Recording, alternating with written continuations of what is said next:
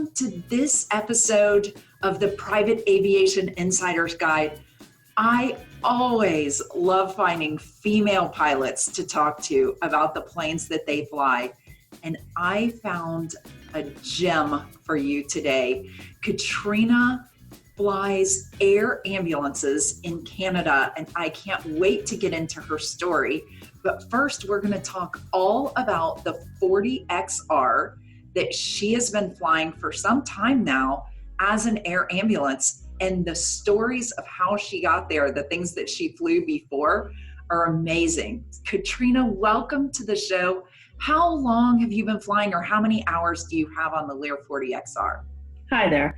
Our company actually just started flying the Lear 40XRs, so it's fairly new for us, but we're transitioning from the 35s, which we've been operating for quite a few years. And on the 35 alone, I've got just over 5,000 hours pilot command. That is amazing. Congratulations on that milestone. That's significant. So tell me a little bit about your upgrade from the 35 to the 40XR and what's different about those two planes, and then we'll get into the operating and performance of the 40XR. So the biggest difference that we're finding, obviously, is just the age of the aircraft. The 40s are much newer aircrafts than the 35s were. And definitely the size of the airplane has been a big upgrade for us. There's more room in the cabin for the passengers. We've completely outfitted it as an air ambulance. So cabinets have been replaced, seats have been removed to put a full stretcher and so on in there. So we find that there's much more room and comfort for the patient and their companion if a companion's traveling with them. Great. And will you tell our listeners just briefly the other types of aircraft you've flown as air ambulances? Because I think that gives you so much credibility in talking about the passenger and patient comfort in the 40XR. Well, for this particular company, we've only operated the Lear 35s, 36s, and of course now the Lear 40s. But in my past, I've operated Cessna 414s for medevac aircrafts, Pilatus PC-12s, King Air 200s. So not in the jet range, but definitely still the air ambulance. Amazing. And how long have you been doing that? Just over 20 years now. Oh my gosh. Not all air ambulance, but yeah. That's a long time to be an ambulance flyer. Yes. So let's talk a little bit about the 40XR and the range that you have with that and how you utilize the airplane, because I think it's significant to recognize what it brings to the table as an air ambulance. Well, the air ambulance that we operate is mainly international air ambulance. So we're repatriating people from basically all over the world. So with the range of the 40s, we're getting about 2,000 miles out of it. So there's often numerous stops required. A lot of our trips are over, especially this time of year, out of Europe. So there's a lot of repositioning over to Europe to bring somebody back over to Canada or into the US. Depending on the time of year, seasonal, we're down in the Caribbean all the time, taking people back over to Europe. We do a lot of wing-to-wings, where we'll get together with another air ambulance company from Germany or Austria. They'll bring the patient into Austria or into Germany for us, and then we'll continue the rest of the way with that patient. That's amazing.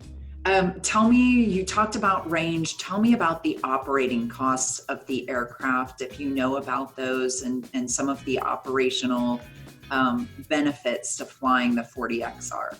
So, because it is so early with us operating, it's only been just over a month and a half that we're using them operationally.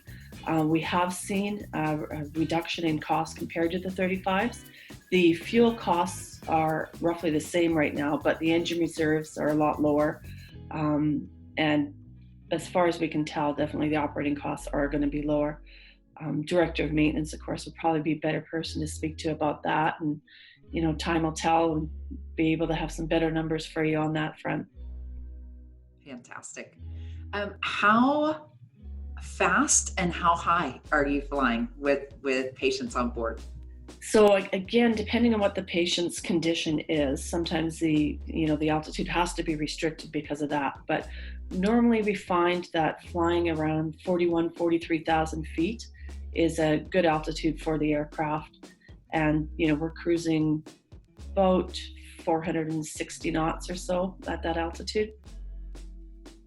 The fuel burn, it seems to be most efficient around that altitude as well.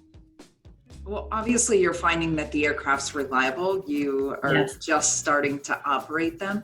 Tell me a little bit about the operations of the 35. I think that might be significant for some people who are considering the upgrade. As far as which operations? Just the fuel burn, the efficiency of the aircraft, the reliability of the aircraft, So the biggest difference we're finding, obviously, is the reliability. Like I said, the Learjet 35s, 36s are getting older. Parts are getting harder to come by. They're a lot more expensive when you do need to replace parts. The biggest thing that we're finding with the 40s is the turnaround times on the ground. Because of the fueling on the 40s, it's much quicker. We're anywhere between 17 to 20 minutes from chalk in to chalk out. And that's clearing customs as well. So it's definitely a lot quicker, which we can do more stops that way in a duty day. So the airplane's definitely a lot more efficient. The space in the cabin is a lot better, which again is better for the patient, for the companions. There's a washroom on board, which is a big benefit. And the aircraft itself is a lot quieter than what the 35s were. I had a comment just the other day flying one lady. She says, I know it's not possible, but I'm pretty sure you stopped midair because it was so quiet and so smooth. She says, I thought we stopped. So it's definitely for patient comfort. It's a lot better than the 35s. That's great to know. Yeah. How about tell me about the luggage capacity. I know that's probably not a big issue for people that you're necessarily taking, because obviously the ability to have the stretcher in there is much more important. But what's that like compared to other aircraft that you've flown? So it definitely has a lot more capacity for luggage. There is a luggage area in the lavatory compartment, as well as a large luggage area in the rear of the aircraft. Because of the nature of what we do, we need to be carrying a lot of medical equipment and things like that. And we also don't want to trade off on fuel. Of course, if we load up with baggage and such, then we're going to have to take that much less fuel. So in our case, again, because it's only a patient and a companion usually, or just a patient, we really don't utilize all the luggage space that is available.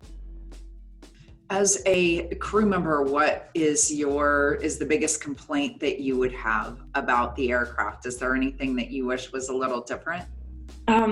Again, having not flown it for too long, I haven't come up with any complaints at all.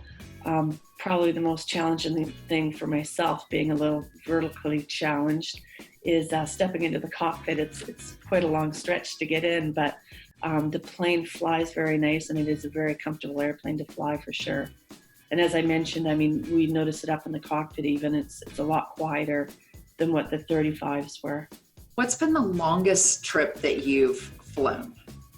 Well, longest in distance, I was just over in Amsterdam last week with it. Of course, we had a couple stops along the way, but I've flown it for 4 hours. At this point would be the longest leg that I've done. But like I said, we fly all over the world to repatriate people.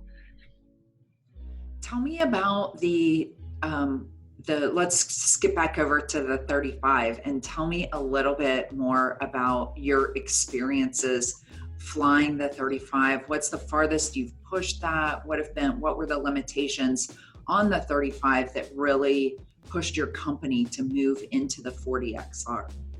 Again, the biggest push to move was just to get into newer technology and to get into a bigger aircraft for patient and companion comfort. The farthest I've taken the Learjet 35 was actually all the way down to Australia. When we sold one of them, I delivered it down to Southern Australia. So that was probably one of the most challenging trips as far as just the logistics, organizing all the different airspace, the permits that were required. I'd left Toronto, went up through Alaska, down into the Adak Islands and overnighted there, and then up through Russia, down through Japan, Osaka, Japan, and into the Philippines, and from there down into Australia. So it was pushing the range of the aircraft for sure, but it was definitely a very memorable trip. What was your favorite airport to land in on that trip? What was the most memorable place? Probably Japan, I'd say, although going into Russia was very unique as well. Absolutely beautiful, clear day going in there. It was a very, like I said, a very memorable trip. Tell me about the runway performance of the 35 and the 40XR. Are you ever challenged with that? No, both aircrafts perform very well, and can get into shorter strips and out of shorter strips very easily. About the shortest one you've flown into or taken off out of is what? With this company, we generally don't go in under 5,000 feet. And there really isn't a need for it because of the places that we're going into, all have long, suitable runways. So there never really is a requirement to go into anything shorter than that. Okay. Well, Katrina, thank you so much for your answers and your insight into the Lear 35 and the Lear 40XR today. I really appreciate everything that you've told me about this. I cannot wait to get into your adventures in aviation.